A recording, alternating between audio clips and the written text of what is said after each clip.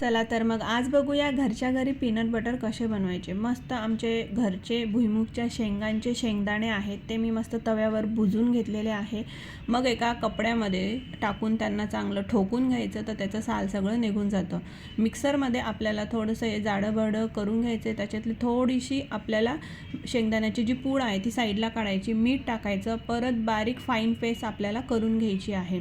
मग यामध्ये मला चॉकलेट फ्लेवरचं बनवायचं होतं तर मी कोको पावडर इथं टाकली आहे आणि थोडंसं तूप इथं मी 1 चमचा ॲड केलेलं आहे।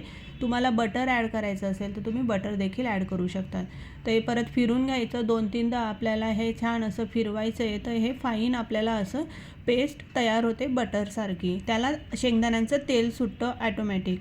त्यामध्ये ही जे आपण क्रश मला बनवायचं होतं तर मी थोडंसं क्रश त्याच्यामध्ये ते आपण काढलं होतं ते टाकून घेतलं, लेयर बनवून घेतलं, तर मस्त घरच्या घरी हे पीनट बटर खाण्यासाठी तयार आहे।